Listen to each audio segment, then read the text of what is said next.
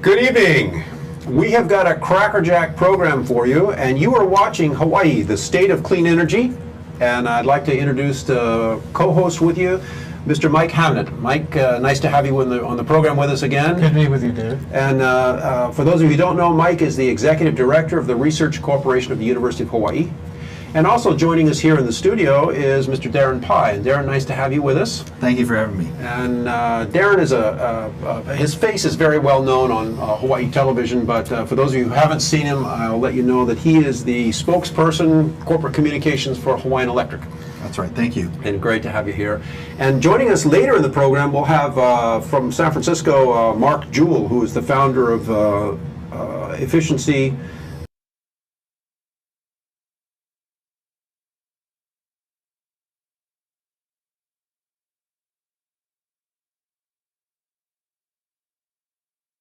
Ladies and gentlemen, where we want to start today is on the whole concept of the introduction of the smart grid by Hawaiian Electric. And Darren, let's start off this program with real easy for our audience to kind of bring them along with us. Just a short description for those of us who don't know, what is a smart grid? It's a fancy term we've heard a lot about, but tell our audience, what is a smart grid? Well, that's an excellent question to begin with. Essentially, a smart grid just means that we're modernizing the electric system that serves our customers here on Oahu, and eventually we plan to roll it out to our customers in other service territories. Essentially what it means is you integrate modern communications technology into the existing electric grid. So we are going to be building a wireless communication system that will help us better manage the system and help improve service for our customers. Okay, and so give me a specific example. I'm a homeowner. You get this smart grid hooked up, and what's the benefit to me? Well, really what you get is a much more robust electric system that has modern communications capabilities that's going to help improve service for you. It's going to make your electric service more reliable. It's going to help us troubleshoot outages, detect problems on the system much more quickly, and restore power much more quickly if you have a problem. It's also going to provide you with more information to help you make better choices to help manage your electric bill.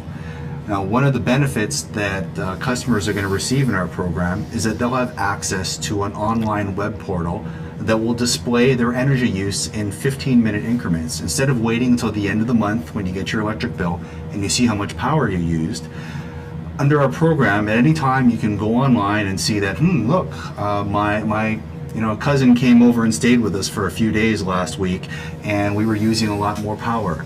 And you can see that very clearly in this online portal, so you can decide, well, we've used a lot more power this month so far, so we can make some choices, adjust our behavior and adjust our patterns for the rest of the month to help us save energy. Okay, now is that smart grid technology, is that being implemented today? That's what we're going to be rolling out. We're starting in mid-April. In several communities on Oahu. We're reaching out to about 5,200 customers, customers in Moanalua Valley, some sections of Pearl City, Kaimuki, Kahala, Waikiki, and Diamond Head. And what we really wanted to do was start with a smaller group of communities that was representative of the larger general mix of different types of customers we have on Oahu and throughout our service territories, also the different types of geography that we see. We've got some valley terrain like we have in Moanalua, some open spaces, different types of buildings, different types of structures. We wanted to see that evaluate the performance of this technology and also work with different types of customers, get their feedback so we can really bring that into the program so we can try and improve it and refine it as it goes forward. So Darren, so what you're talking about is a test program. Well, basically. We're calling it an initial phase of this program, and further development beyond this phase will require approval from our regulating agency, the Hawaii Public Utilities Commission. So what we're going to do is do this initial development and work with the PUC, and if we get approval for further deployment, that's when we can expand to the rest of our customers. Okay, so I have two questions, and then I know Mark is going to, Mike is going to jump in here for a second. But what's the cost of implementing a smart grid system here on the island of Oahu? Do you have a rough number for that? Well, we're going through that analysis right now, but what we're finding in our preliminary analysis is that when you look at the long-term costs, versus the long-term benefits, the benefits clearly outweigh the costs. The advantages in improved efficiency, in helping customers more effectively manage their energy use, and improve service over the long term outweigh the costs of developing the system. But some of those specific numbers are still in development, but that will be part of what we go to the Public Utilities Commission with. So let me ask you, take an educated guess. I mean, what order of magnitude? 100 million? A couple billion? Yeah, well, it's not going to be on that range, but I can't give you a specific guess at this time. We're still developing that analysis at this point, but we'll have something that, our analysis that we have to provide to the PUC, we'll have to look at those numbers, and we believe that if you look at the long term, the benefits clearly outweigh the cost of development. Okay, so related to the same question here. So this initial phase or test program, what is this thing going to cost? This initial phase of the project, the budget is about $10.4 million. Okay, and that covers how many households? That's about 5,200. 5,200 households, 10 million. Okay, and so the last question before Mike jumps in here is, who's going to pay for that? Well, that comes out of the HECO budget, regular? That's accounted for in our existing budgets, so we don't anticipate there's going to be any type of significant bill impact to our customers for this initial phase. And we really believe that it's an investment in modernizing our system, in trying to bring better service to our customers, to help them more effectively manage their bills, and really lay the foundation for the type of modern grid that we need as we go forward and we look at the challenges of integrating more renewable energy onto the system, providing better service for our customers.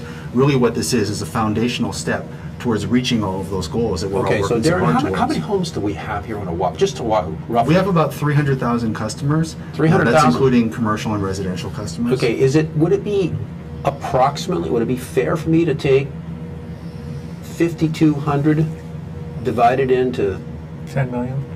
But here's the point that I'm getting at. The 10 million preliminary phase is a number that Hawaiian Electric is prepared to absorb in their existing budget. That's what you've said, yes? That's correct. Okay. But, and so I guess where I'm really going is, when you jump to an island-wide smart grid system, the number gets up there quite a bit, and I'm assuming that Hawaiian Electric is not prepared to absorb that cost in its annual budget. Well, when we develop a program like this, any type of program, we have to develop a complete analysis of the costs and the benefits and present that to the Public Utilities Commission. And the PUC looks at that and it conducts a very thorough review to make sure that the analysis is correct, and they make a judgment and determination of whether that assessment is correct and whether the costs are appropriate. Yeah. And then decisions are made and approval is from the PUC allows us to go forward with further deployment. Okay. So that's generally the process. We understand that it's the regulatory process is very important to make sure that everything is looked at very carefully, and the PUC makes a determination whether a project's in the best interest of the public. Absolutely. Now, Mike? Greg, is this, the development of the smart grid, is it going to make it possible to put more intermittent power, more photovoltaic electricity on the grid? This is an important step in that direction. It really lays the foundation for a lot more integration of all types of renewables, but particularly wind and solar power. We're looking at basically laying a technological foundation. If you think of a smartphone, what makes it smart? It's a platform for future applications, and that's what a smart grid is. The smart grid becomes a platform for other applications and other technologies, such as energy storage and other technologies that it can help us integrate more renewable energy. So we really see this as a foundational piece as we go forward to that very diverse mix of renewable energy sources that we all have been talking about. And is the information that you glean from this initial phase, that's going to allow you to do more sophisticated analysis about what you can possibly put on the system? Is that part of what this is all about? Well, one of the things that the engineers are looking at as they look at a smart grid is that all of this technology will allow them to very specifically understand what's happening on the system. You know, right now, currently our system has instrumentation, but a smart grid will take it up to another level. So you'll have a lot more information as we study the impact of all these different energy sources on the system. We'll be able to very specifically understand what's happening on the system, and that will help us make very informed choices about what we need to do to expand the use of renewable energy in Hawaii. And for the individual households, are you going to provide them with tools, with understanding of how this whole thing works and what they can do so that they can make better use of the smart meters in terms of managing their electricity? Yes, they all will have access to an online web portal. They'll be able to view it on their desktop computers or on their mobile devices, and it will display their energy use in 15-minute increments. So they'll be able to very specifically see, you know, how much power they're using and when. And you know, that can really help customers, and it really has a nice synergy with the programs that are being developed by other organizations in our community, organizations like Hawaii Energy and the Blue Planet Foundation, you know, which really are out there trying to help customers understand how can I use energy much more efficiently and conserve power and make intelligent choices. So, and people are going to be able to see be able to actually calculate the benefits of some of the efficiency stuff that they do. They'll be able to see exactly how much power they're using, and you know, and they'll be able to understand. You won't have to wait until the end of the month and see, well, this is how much we used. You know, you'll be able to see as you go, this is how much electricity we're using this month, and it can really help you make some informed choices.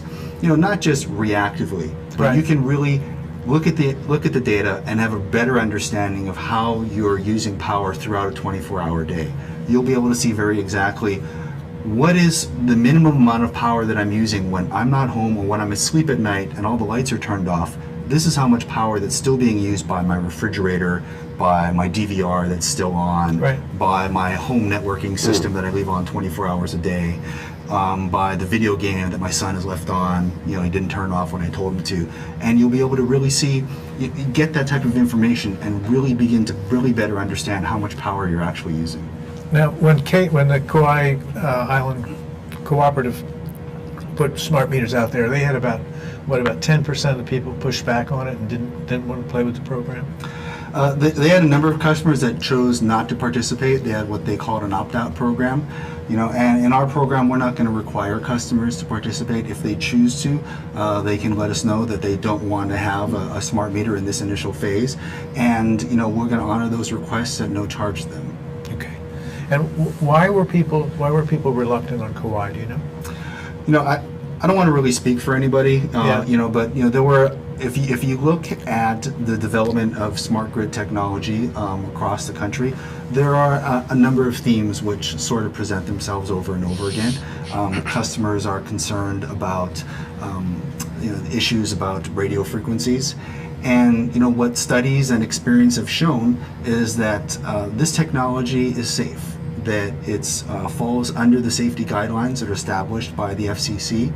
So, you know, we have confidence in this technology. It's really matured in the last 5 years or so, and it's at a place now where we really believe that this is an important step to take, not just for, you know, the development of an energy future in Hawaii, but really to benefit our customers. Right. You know, Darren, we just have probably time for one more question before we go to a break here. And the question I want to put to you is this. You said that this smart grid is kind of part and parcel of Hawaii being able to maximize these various forms of renewable energy.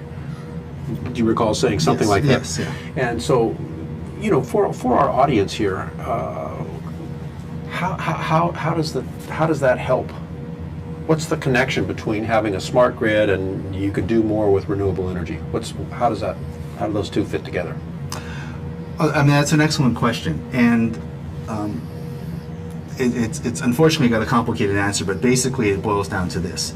As I said, a smart grid really lays a technological foundation for modernizing the electric system so it can incorporate a lot of sources of power. The electric system as it exists now is pretty much the way electric systems have been designed for 100 years. The power flow is one way from the main generating stations down to the customers.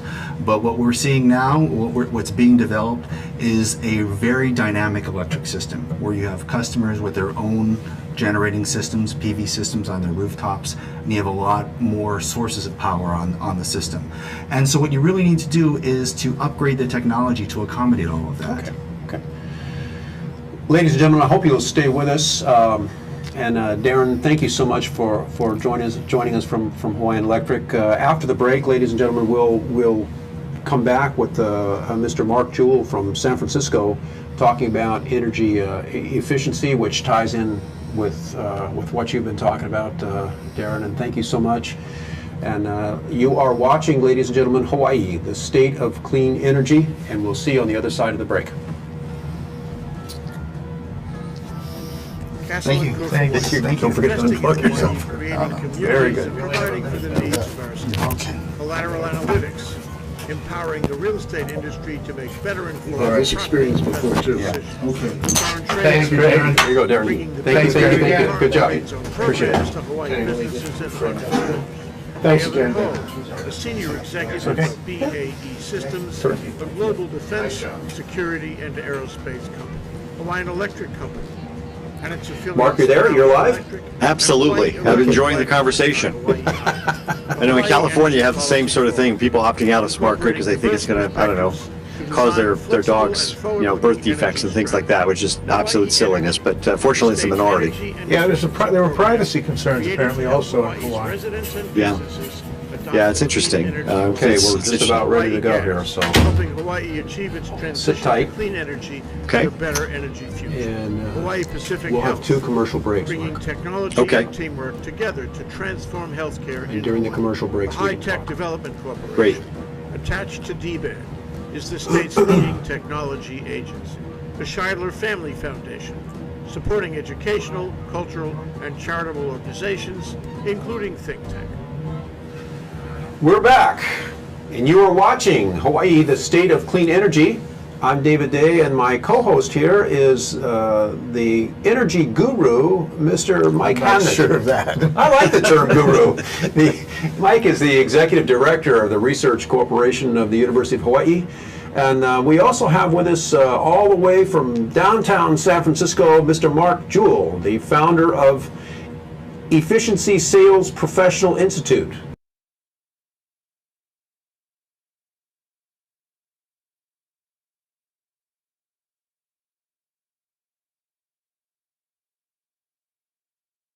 The show. It's great to have you here, Mark, and I appreciate you taking the time. And as I understand, you're going to be coming over here to Hawaii soon? Yes, we're looking forward to it. It'll be the 5th time we're coming over to present courses on. No, but Mark is really a nationally recognized subject matter expert and a speaker. He's also a guru on applying energy efficiency to help create value, and supports a lot of other professionals and organizations. And so, Mark, I need you to help me supplement this background in the sense is, what is it that you really focus on? What is it that you do?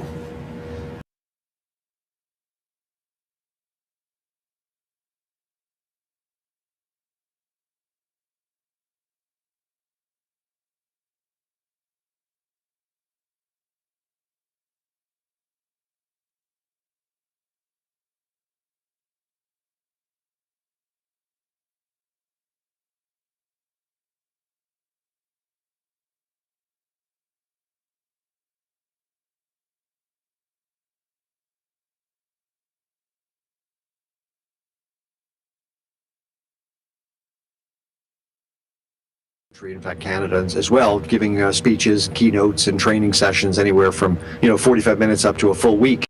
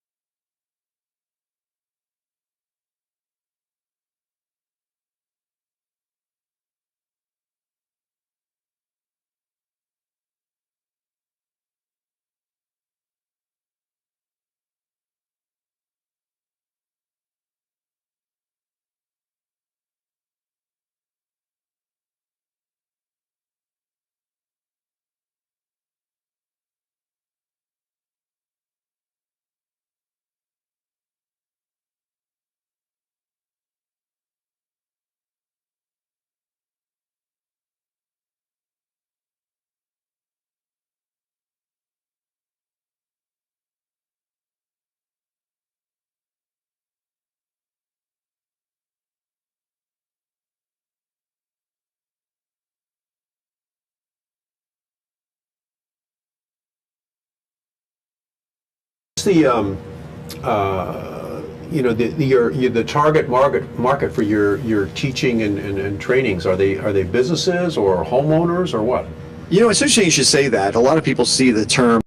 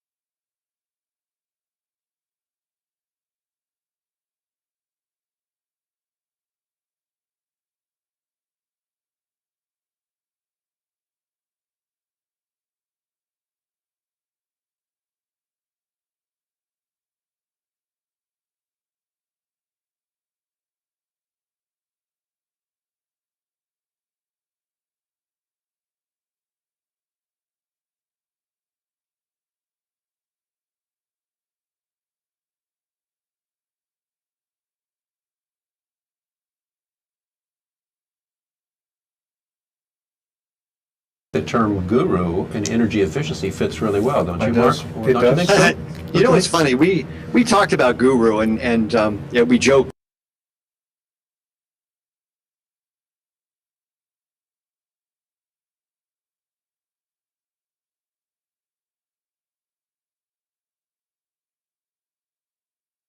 In any case, it's special skills are necessary to actually get.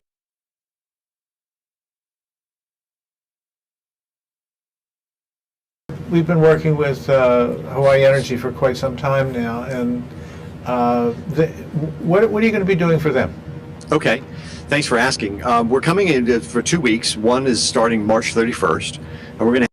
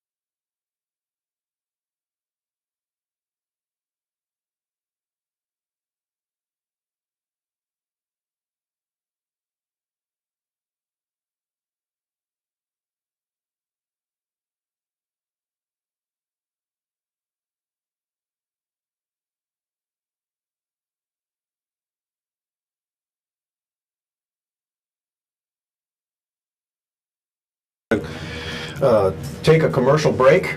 Okay. And we'll see you on the other side of the break. Ladies and gentlemen, you are watching Hawaii, the State of Clean Energy. I'm David Day. I'll see you on the other side of the break. Great.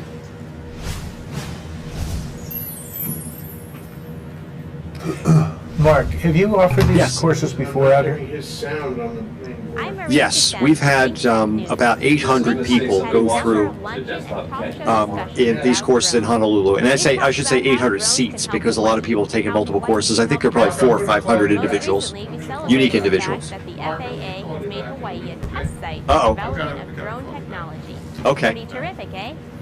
Our drone lovers in Wisconsin suffered a big setback last week when a beer-delivering drone was grounded by the FAA after delivering beer to ice fishermen by drone, Energy a method Industries come that's in still and not do legal. an audit First, in our, Wisconsin-based Lake William Made Beer posted a YouTube Gardens promotional video condo. of a drone ferrying And a they case of changed out beer the to chillers far-flung winter and the fishermen on a lights, frozen lake. saving us $15,000 a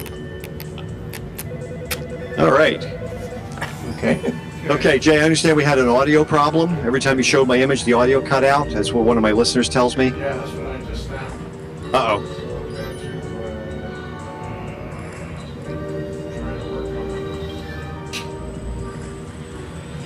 You throw another load of commercials in there, Jay, so we got plenty of time. Well, maybe it's a shame the mic is in front of my mouth. Maybe somebody could have lip read me.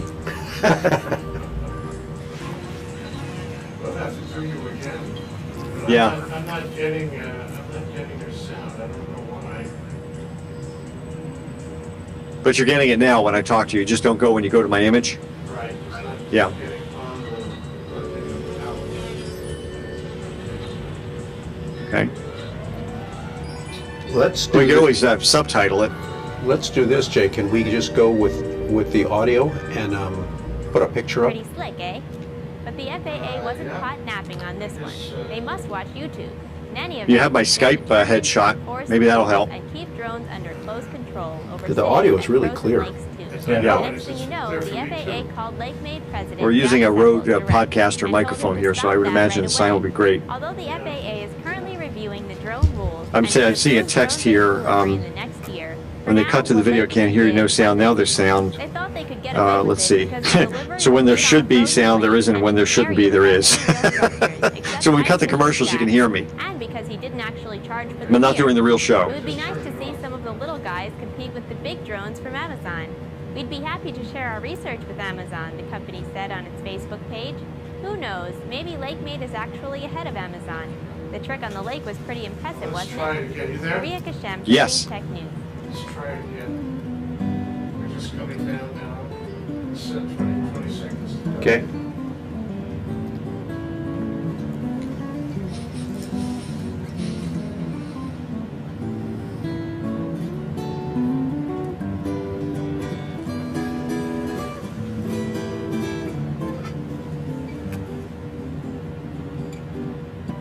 Okay. Go for it. Okay. Hello again. We are back. You're watching, in case you just joined us, Hawaii, the State of Clean Energy. I'm David Day with my co-host. Here is Mr. Mike Hamnett. Mike, it's a terrific show, and with us from San Francisco is Mr. Mark Jewell, who is the founder of the Efficiency Sales Professional Institute, a energy efficiency guru, and coming to Hawaii. And Mark, nice to have you on the program, and I'm sorry that we've had some technical difficulties, and I think we've got you now. Let's see. Oh, terrific. Well, thank you. At the break, you were describing the series of courses and programs coming up here in Honolulu the end of March, as I recall. Yes, yeah, we have two series, one coming in March 31st for a full week of half and full day sessions, and the other one coming in May 5th, which is the week-long Efficiency Sales Professional Boot Camp. And Just Mark, you've done programs out here before, and how have people pretty enthusiastic about the stuff that you've been talking about? You know, I'm thrilled to say that we've been invited back several times. I mean, this is Hawaii Energy Series 5, so we've been there 4 previous times, and we've graduated about 800 seats. I say seats because we've had several people take multiple courses. Probably 400 or 500 unique individuals have taken our courses over the last 3 years in Honolulu, and also we did a couple of trainings in Kona, on Maui, and that sort of thing, in Hilo. But most of the stuff we've done is in Honolulu. The nice thing about what we do is one of the nice things about what we do is we always do pre and post course evaluations. And just the other day I was looking at the statistics of the stuff that we had done in prior years, and it turns out that we always scale people's knowledge levels from a scale 1 to 5 before they do the course and after they do the course. And I was interested to see that it was on a scale of 1 to 5, it was an average of about 1.4 points in advance of energy knowledge after having attended the course. And of course the testimonials are off the charts. We have a lot of referrals. People have taken the course and say, wow, when are you coming back? So I'm happy to know and to share with you that I think it's going to be a really great series once again. Is that something unusual for a state to have so much in the way of energy efficiency training? Interest? Yeah. I mean, what's the reason for that, Mark? Is it just the cost of energy, or is it results? Well, why is that? It's interesting. We're officed here in San Francisco. That's our headquarters downtown, and we do a lot of work for Pacific Gas and Electric, which is the second largest utility in the country. And they have a bricks and mortar education center called the Pacific Energy Center. I'm a frequent lecturer there. There are a bunch of other similar bricks and mortar education centers for energy education up and down the state of California, run by the investor-owned utilities. So you see a lot of education happening here on our own stomping grounds in California. But across the country, you don't really see that much. You don't see that much in terms of bricks and mortar? In terms of utility-funded bricks and mortar energy education centers. Now, people like Iowa Energy Center, people like American Electric Power, people like Duke Energy, those sorts of things, they do have programs that educate their customers, but they don't maintain a 25,000 square foot bricks and mortar institution specifically for the purpose of educating people. Okay, now, why is that, Mark, why is that? Is it because of the high cost of power in California generates interest, or? I think California has been a leader for the last 30 years. They've been a leader in more aggressive building codes, more aggressive rebates. I mean, most recently in like 2 program cycles ago, 2010, 2012, the investor-owned utilities alone gave away $3.8 billion with a B, to ratepayers. Basically, money that had gone through public benefits funding was given back to ratepayers to support efficiency. So it's a very serious thing here. And of course, as well funded as those energy centers are, it is a rounding error compared to the hundreds of millions of dollars in rebates and incentives that California investor-owned utilities collect from their ratepayers and give back to the ratepayers in terms of rebates and incentives. So it's a big thing here. The good thing, I think the reason that our courses are so successful in Hawaii is A, your electricity prices are off the map. B, off the charts, I should say. B, we bring a unique level of energy education. I mean, it's founded on 20 years worth of experience, seeing what does work and what doesn't work. And our approach to selling efficiency is very different. In many utility territories around the country, you'll see people promoting energy efficiency because it's the right thing to do.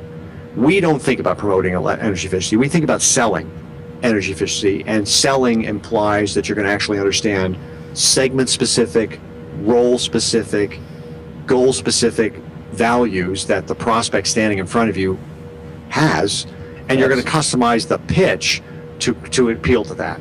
And I can give you a number of studies and samples and stories before we end this broadcast, but we don't talk about kilowatt hours and therms. We don't talk about rebates, honestly. We don't talk about we don't talk about greenhouse gas mitigation. We talk about, if we're talking about an office building, we talk about concomitant productivity increases in the wake of improving thermal comfort. The fact that your utility bill is $2 to $4 a square foot, your payroll is $200 a square foot. So if you improve the productivity of the workers by 2% in Hawaii, you're going to eliminate the utility bill. And that's the kind of mathematics that's not usually talked about if you're an engineer with your eye shades and sleeve garters on, talking about kilowatts and therms. People don't get into the business operations of their customers, and I think that's a real failing, and that's why our stuff is really very, very admired. Mark, just so that our audience can really appreciate what you're saying, Give us the price of electric power to the extent that you know it that we are paying here in Hawaii. Tell the audience what we're paying here in Hawaii. Well, it varies based on island and utility servicing those islands. But from my understanding, you're talking about somewhere between 32 and 50 cents a kilowatt hour. Now, the comparison. Hold on. So Mike, you confirm that. that'd be right. All right. So now let's jump to California, Mark. What's the price that you pay for power there? The average PG&E. commercial rate here in California would probably be about 18 cents a kilowatt hour, I'd guess. Okay, so we just went from 50 cents a kilowatt hour to 18. Right. Now pick someplace in the heartland of America, like Iowa, Texas. What are they paying for power?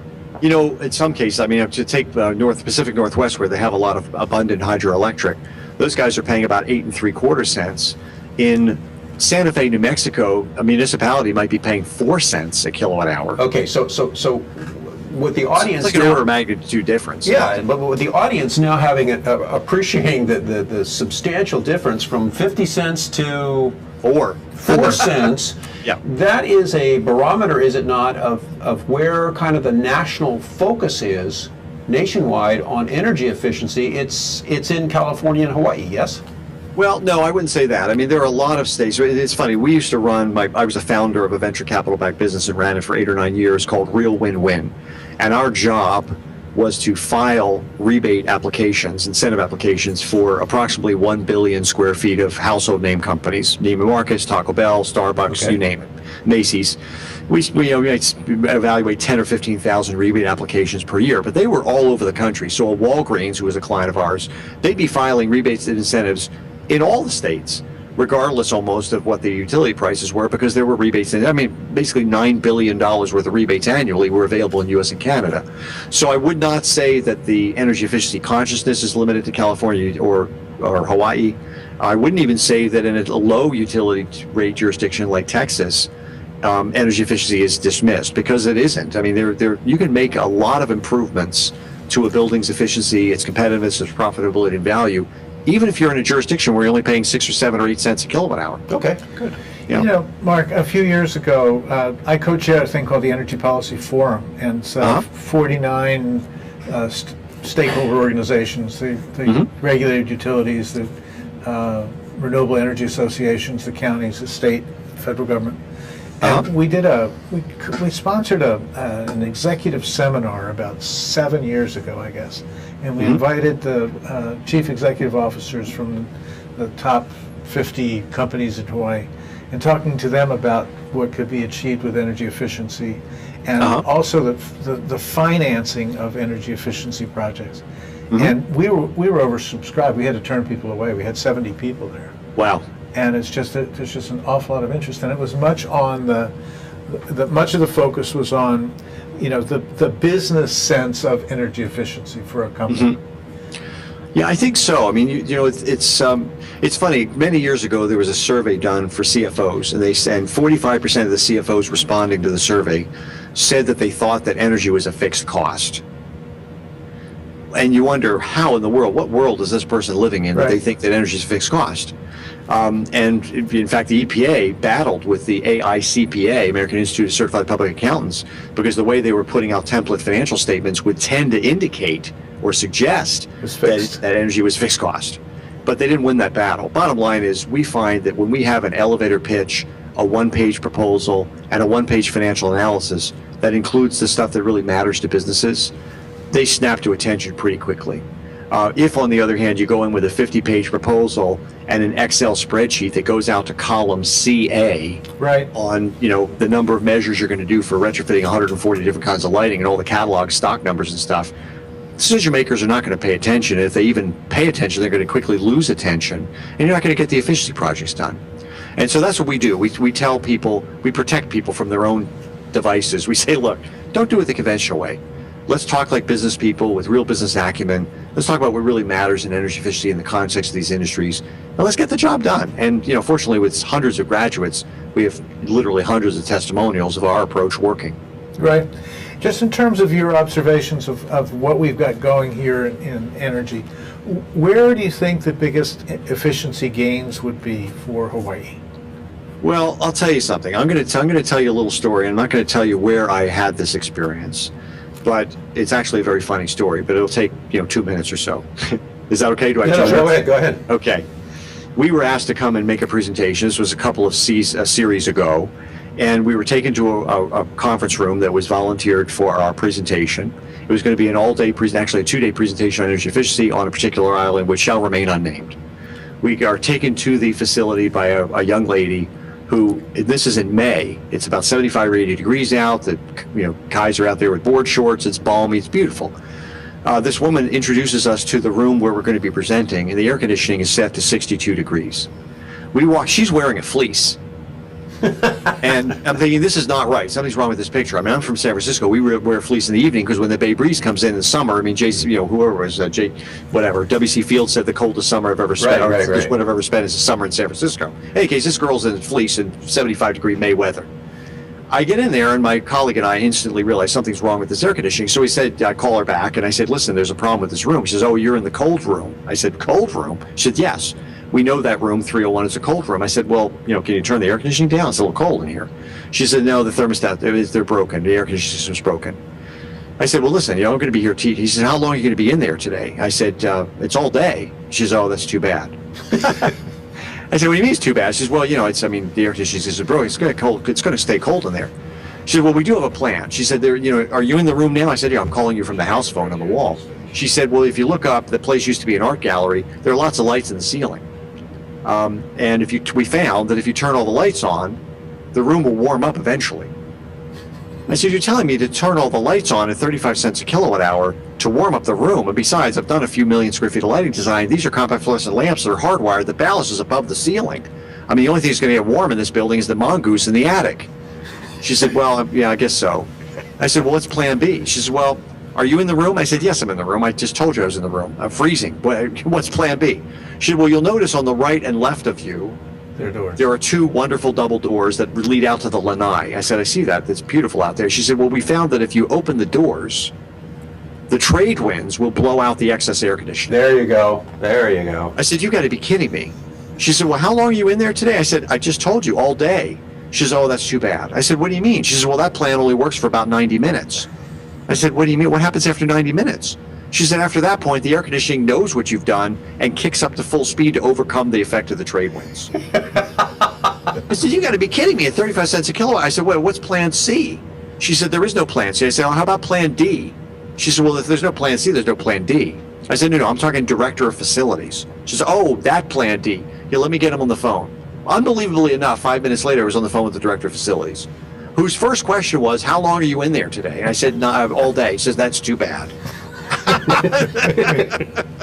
This is a true story, verbatim. It's like, You know what? Let's do this, Mark. Is there more to this story? That's all. No, that was it. I mean, Okay. well, the bottom line is that Oh my God! We need to go to a commercial break Okay. so that we can recover here in the studio Yes. from that story. Yes. Ladies and gentlemen, you are watching Hawaii: The State of Clean Energy.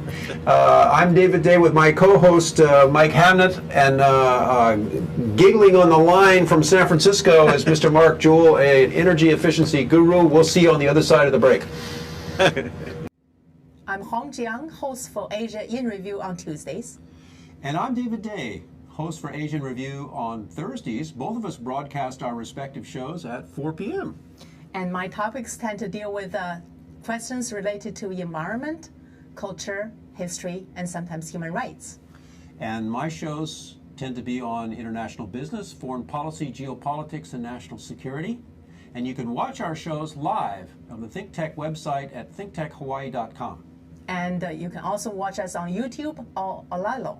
So come join us on Thursdays at 4 p.m. I'm David Day. And on Tuesdays at 4 p.m., I'm Hong Jiang. Aloha. We're back, ladies and gentlemen. Good evening again. I'm David Day, and my co-host is Mr. Mike Hamnett. You are watching Hawaii, the State of Clean Energy, and we are talking about energy efficiency. Coming over the hill on a white horse to the rescue, kind of like a John Wayne movie. And our special guest here all the way from downtown San Francisco is Mr. Mike Jewell, a energy efficiency guru, the founder of Efficiency Sales Professional Institute, Mark, help me with this. Give me the name. Yes, it's the Efficiency Sales Professional Institute, and this is Mark Jewell. Yeah, why by don't you the way, have the horse energy in can the name spin. of that institute, you know? Yeah. No, you know, it's interesting. But the Efficiency Sales Professional Institute is actually a division of EEFG, which stood for Energy Efficiency Funding Group, which I've had for 20 years. So we have a lot of lineage in energy efficiency. You know, I thought, if I may be so bold, since we had technical problems in audio earlier in the show, I wonder if we should go over the trainings that were actually coming to Hawaii in Well, March. okay, but you will have to do this very quick because we got a whole packload of questions to hit sure. you with. But let's do that, ladies and gentlemen, because coming up here in Honolulu, Mark is coming over the end of March. So real fast, Mark. Well, I think the best thing I could do is recommend you folks go to a web page that we've set up specifically for the courses that we're going to be teaching for Hawaii Energy. And the web page address is www.eefg.com/Hawaii Energy. eefg.com/Hawaii Energy. And on that webpage, you'll find all the courses we're offering. And one of the things I forgot to mention while we were having technical difficulties is that Hawaii Energy is reducing the cost of these courses by 90%. Jeez. Which means you're going to walk away with a course that usually costs $150 or $200 for $15.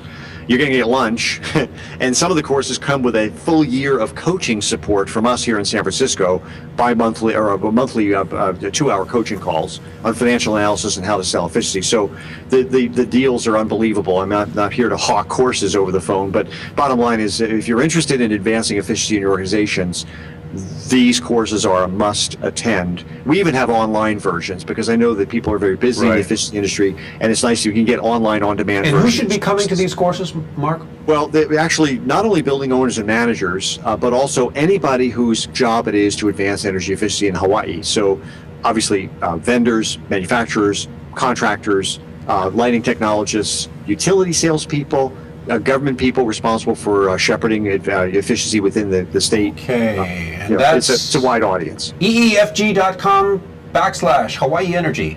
/Hawaii Energy. Let's make it. Yes. Let's get / Looking forward Hawaii at all Energy. times. Yep. And Mark, people could sign up for the courses on the Hawaii Energy website, I assume? It's actually the EEFG.com. We're handling all the registration and payment processing. EEFG.com /Hawaii Energy. Gotcha. Yeah. You know, Yep. Mark, you were at one of the breaks. You were telling me about a incredible savings in your building, which I'd just like you to communicate Mike. Communicate it to Mark. Yeah, we had a commercial. We had Hawaii Energy, or not Hawaii Energy, Energy Industries come and do audits of our 300 unit condominium down at Waikiki, and they came and we eventually we changed out the chiller and went to LED lights. We're saving $15,000 a month Wow. on electricity. $15,000 a month. And so, ladies and gentlemen, if you're watching this show and you're on the board of directors of a condominium association, this program that Mark is going to be directing here in Hawaii or participating in coming up the end of March is something that you might want to check out. $15,000 a month. That changes your monthly maintenance fees big time, doesn't it? It really does. No, it's funny. I used to be the president of a condo association in Philadelphia where I still own a unit, 225 unit building. And it's amazing, most condo associations do not have anybody on the board that really has energy efficiency expertise. But when you look at what is making up those homeowner association dues, energy is a big piece of a big line item. Oh, it is. And so, I would absolutely second, if you're in an AOAO and you need to, get a handle on your operating expenses, these courses are where you need to be. If nothing else, even if you can't break away from the office, just at least log online and get what you need.